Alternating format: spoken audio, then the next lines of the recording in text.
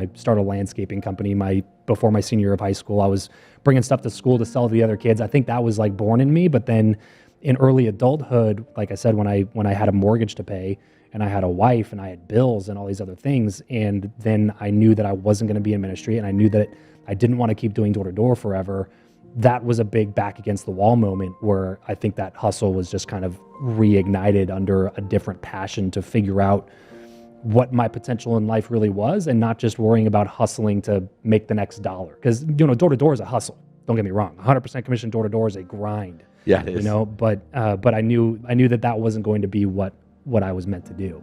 And so at that point, I think it just kind of reignited it in a different direction in the personal development, self-education space. Because that was the first time I'd ever really downloaded a podcast or read a book, was at that time in my life where I was like, man, I don't know what I'm doing. I don't know what I'm doing here. I got to figure this out. I had no idea what I was going to be doing with my life. And so I did door-to-door sales because that seemed a hell of a lot better than trying to sit in a cubicle somewhere and making a third of what I knew I could make on doors in 20 hours a week. And so I just started knocking. And in that game, it's a 100% on you. Everything's on you. Obviously, like there's nobody you can blame for failing at door-to-door. It's 100% on you.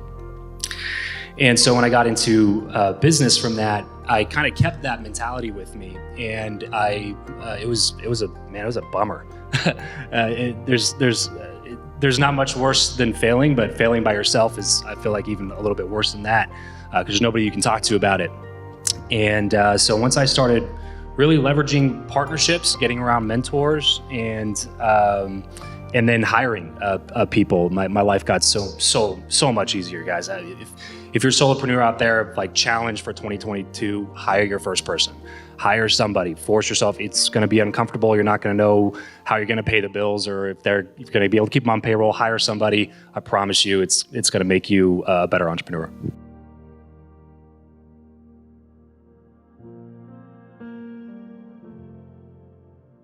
Never take advice from somebody who you don't want to be like, right? Right. There's way too many people that take advice from somebody that never did the things that they want to do. And it's mind-blowing to me, honestly, how much people, they take the advice of their parents who have never made more than $60K in a year when they're trying to become a millionaire. People are going to look at that and they go, that doesn't make sense.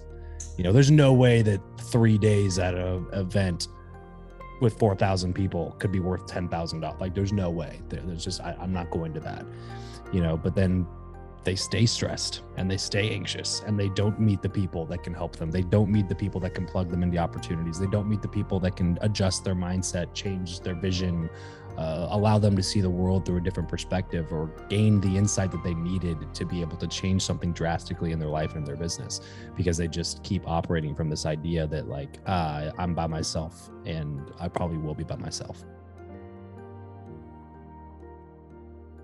Start with something small. Like, if you're gonna try to work out, you're gonna effectively change your morning routine, I would start with something small. Go with, like, what, for the next 7 days, I'm gonna get up at 6:00 a.m. That's it. Like, get up at 6. That's the only goal. What happens after I get up at 6, I'll deal with it then. Like, I have a couple things I'm gonna try to do, like this workout, or maybe some bulletproof coffee, or I'm gonna fast, whatever. But you got to start with something small. And then what happens is, like, people appear to be hyper disciplined. So, like, somebody like you, or somebody like Jerry Seinfeld, or some of these other people might appear to be hyper disciplined, but really what it comes down to is we all have the same level of discipline.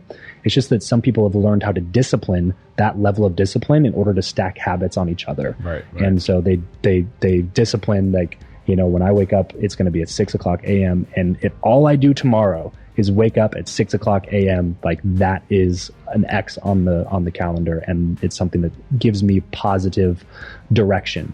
So then after doing that 7 days and then 14 days, and that turns into a somewhat of a streak on there, you start to build that inner reputation with yourself, where you say, you know what, I'm the kind of person, you're building that self-identity where it's like, I'm the kind of person that when I say something, I'll do it.